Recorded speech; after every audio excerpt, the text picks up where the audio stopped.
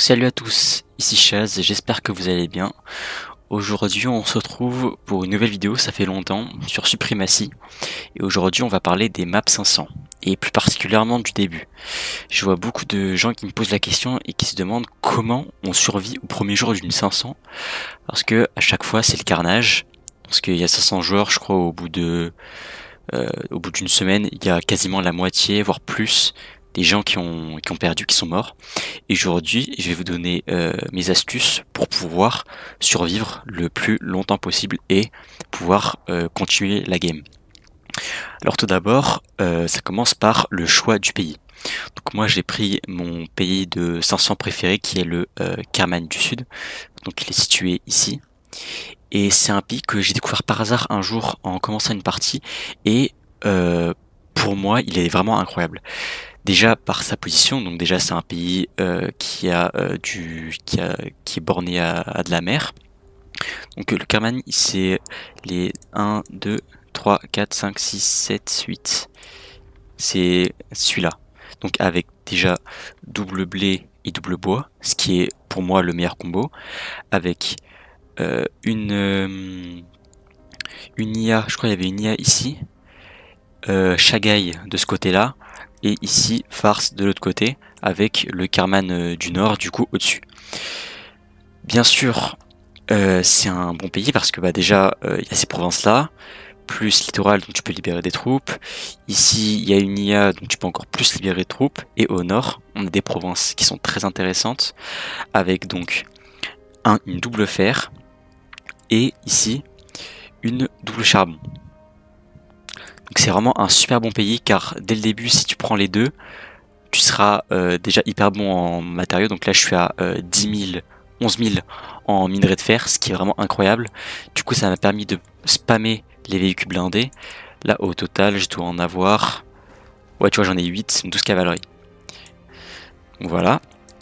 Ensuite, déjà pour commencer les 500, je vous déconseille fortement d'arriver après le jour 2. C'est jour 1, jour 2 maximum. Jour 3, ça commence à devenir compliqué, mais c'est encore possible. À partir de jour 3, ne rejoignez pas les 500. Parce que il y a déjà des gens qui ont plus d'une vingtaine de provinces d'avance, surtout dans les pays européens. Là, par exemple, on est jour 7. J'ai pas pris le début, mais jour 7, et quand on peut voir le premier de la game, il est déjà à 70 provinces. Voilà, 67 provinces. Donc vous aurez trop de retard et dans une 500, surtout au début, le point le plus important c'est de ne pas prendre de retard. J'insiste là-dessus. C'est pour ça qu'il faut attaquer dès le début.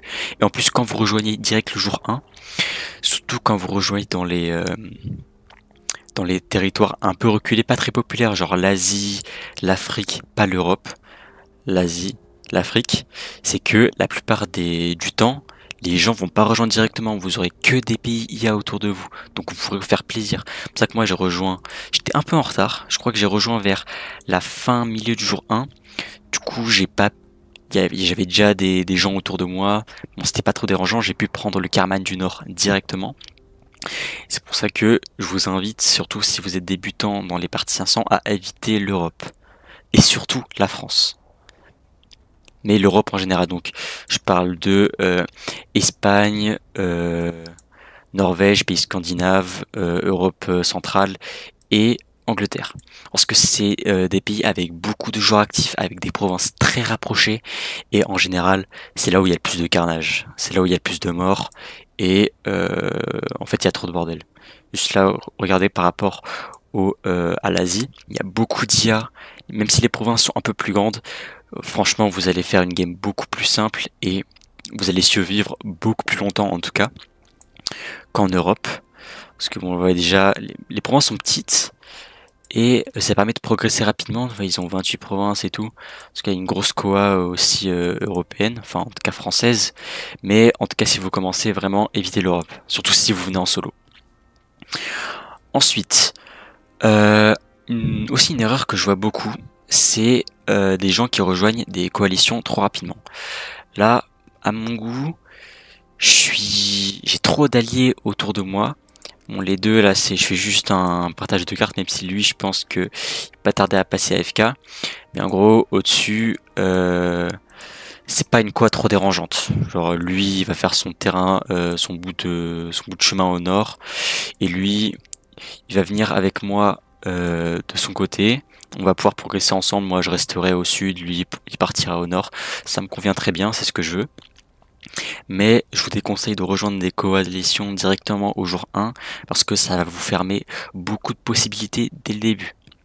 Après je vous dis pas de rester en solo toute la game, mais je vous déconseille fortement de rejoindre des coalitions dès le début, parce que bah en général vous allez juste vous marcher dessus, surtout si c'est des pays qui sont très proches de vous. Du coup bah vous allez plus avoir de marge de progression, vous allez plus pouvoir prendre de territoire, prendre du retard, et donc vous faire lose la game au bout de quelques jours. Aussi, point important, ne pas perdre de troupes, ne pas perdre beaucoup de troupes en tout cas. Là vous voyez, bah, là je peux, tac, j'en profite.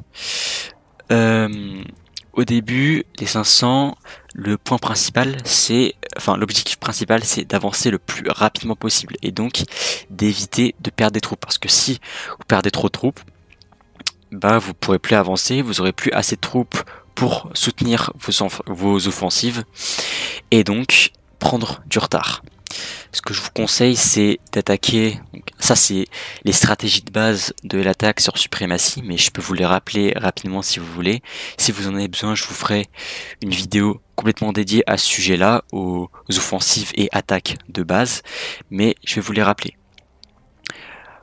Au début, quand on n'a que des infanteries, je vous conseille d'attaquer par groupe de 30, 40, pas besoin d'aller au-dessus. 40 c'est bien.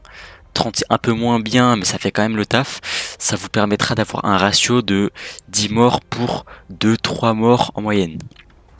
Et ça permet de, même si vous perdez quand même des PV sur votre groupe au total, ça vous permet de perdre moins de troupes et donc pouvoir les faire régène au changement de jour. Et ça aussi, c'est un point où j'y viens. Quand vous voyez que le changement de jour est proche, ce que vous allez faire, c'est que vous allez ramener vos troupes dans vos provinces à haut moral. En général, si vous êtes dans les premiers jours, vous avez juste, par exemple, si je prends ce territoire-là, où j'ai commencé, je suis parti d'ici, j'ai directement attaqué le Douanzab et lui, je crois, c'est cette province ou cette province-là.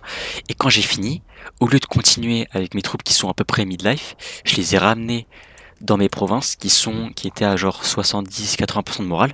Du coup, ça a permis de les faire régène et donc de pouvoir maintenir ce groupe-là efficace au combat. J'espère que c'était pas trop... J'espère que j'ai été clair. Mais bon. Voilà, c'est mes stratégies de base pour les 500.